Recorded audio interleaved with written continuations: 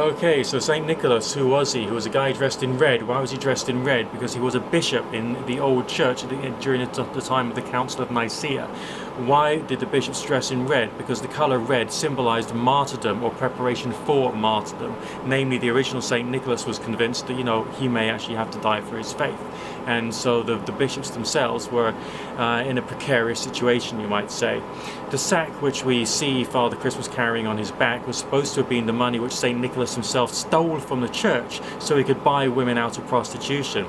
So that's pretty interesting in his own right. So he's a very philanthropic character, but he's basically doing it with someone else's money. So a bit of a Robin Hood type character in some respects.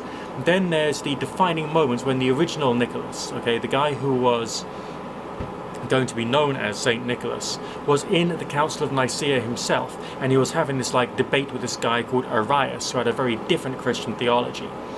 And at that time, the one who we now call Saint Nicholas slapped Arius around the face and stopped the theology of Arius becoming ingrained in the church. So essentially that one moment was one of the reasons why we have Christianity in its forms at this present point in time.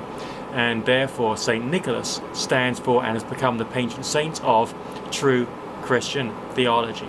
So he was a bit of a thug, but he was also a very important person in the history of the development of the understanding and theories within the church itself.